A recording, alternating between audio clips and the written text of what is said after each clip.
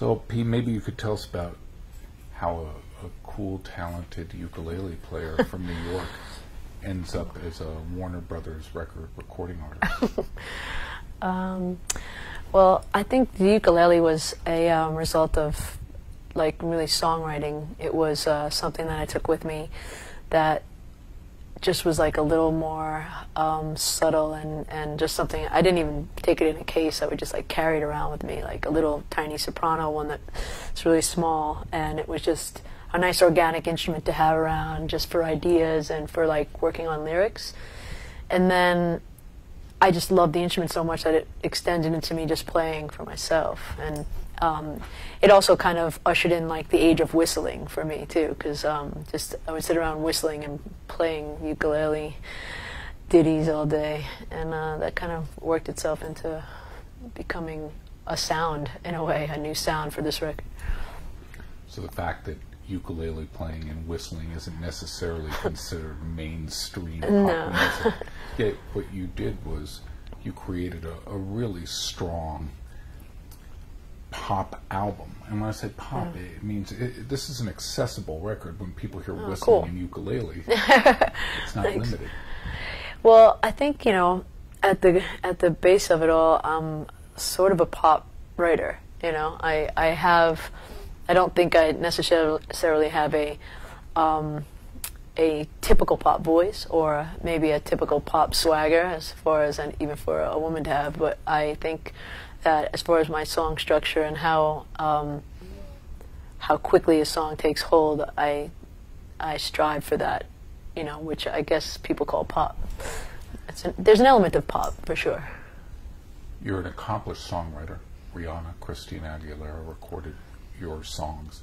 How did you get into songwriting, and how did that transition to you becoming a performer?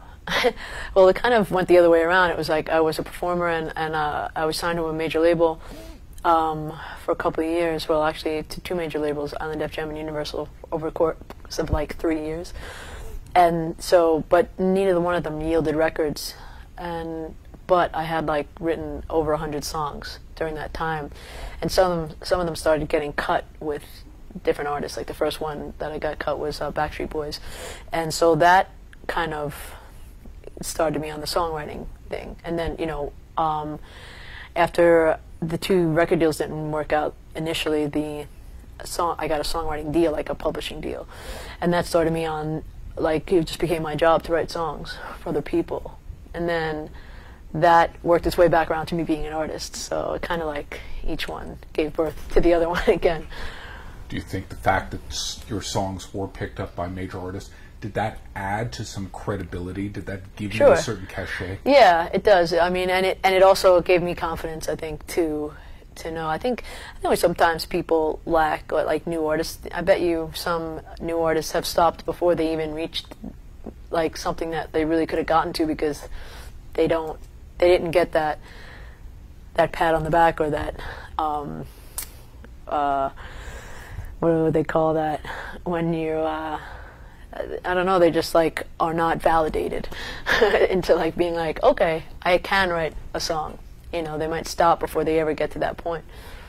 It must not have helped that you had two experiences on two different major labels that, quote unquote, didn't yield any albums. Right. What is that like? Some people think, well, you get signed to a label, well, it's an easy street from there. Yeah, no, it's not. I think a lot of people know, like, well, more inside industry people know that that's only the beginning.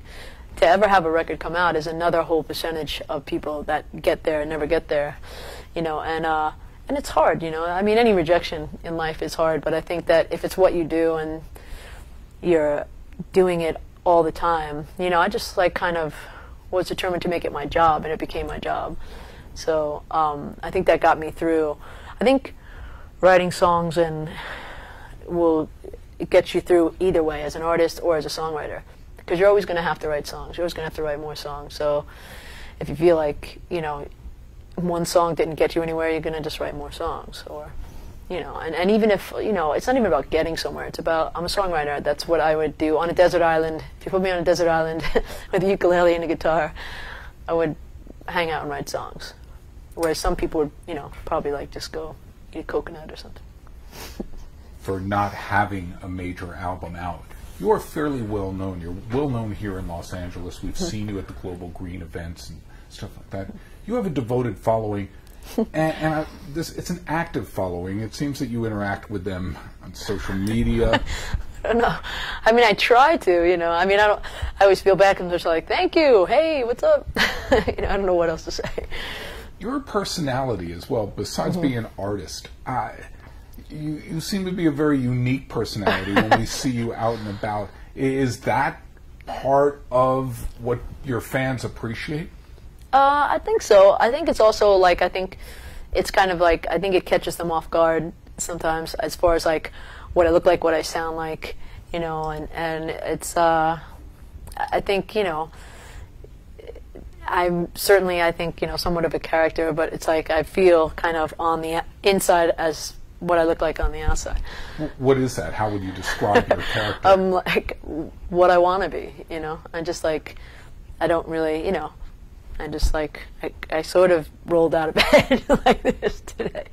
I didn't really know I was doing all this on-camera stuff, so I just was like, yep, okay, ready. But like I said, we've seen you at Global Green. We saw you outside of That was a Guys. fun gig. We sometimes get paparazzi video of you. You've become kind of a personality. How are you doing with that? I'm good. I'm good with that. I mean, I don't, you know, I don't get that much, but I, you know, I think it's, you know, comfortable with myself. So, you know, I'm not like, I feel pretty open about it. You know, and it's always nice, you know, when people come up to you and are appreciating your work. I mean, that's a really good thing. It's fun. Do artists have an obligation once they get to a certain renown to kind of give something back? You were socially conscious by doing the Global Green. Do you plan on increasing your activism as your popularity increases? Absolutely. I think, you know, I think unfortunately sometimes when you're working so hard to get to a certain point, you know, you don't have as much time to dedicate to that stuff. And also, you know, I think people, as you get more well-known, people, it helps the causes more. You know, it doesn't necessarily always help the cause if they don't know you. But if you bring, you know, what you do, if you bring one of those causes to all the people that follow you and believe in you, you could really kind of open their world up to something that needs their help, which I think is the best part of doing something that leads to, like, you know, any kind of celebrity or recognition. I think that's like, to me, that's like one of the main perks that you can help out more. So you're an accomplished songwriter. You've already been through the major label mills, so you're experienced there. Now you're on Warner Brothers record. The record's actually coming out right now. Do you think this is your time? Did all of this happen for a reason? Yeah, I think, yeah, it's your own, you know, I think I used to not so much love the journey word, you know. I was like, the J word, you know, but I think now I can respect it, and I think I would encourage people to really enjoy all the aspects, even if things aren't going the way they think they should. I think you have to let go and try not to force things to happen too much. I think you miss out a little bit when you force your life to go a certain way. It's almost as if you're missing out on what your life is supposed to be doing. You know, you just have to, I think, you know, of course, work toward your goals and become better at what you're doing. But I think it's a good idea to, like, let, you know, the universe do its thing with you, you know. That said, you have goals. Yeah. What would be your ideal career trajectory?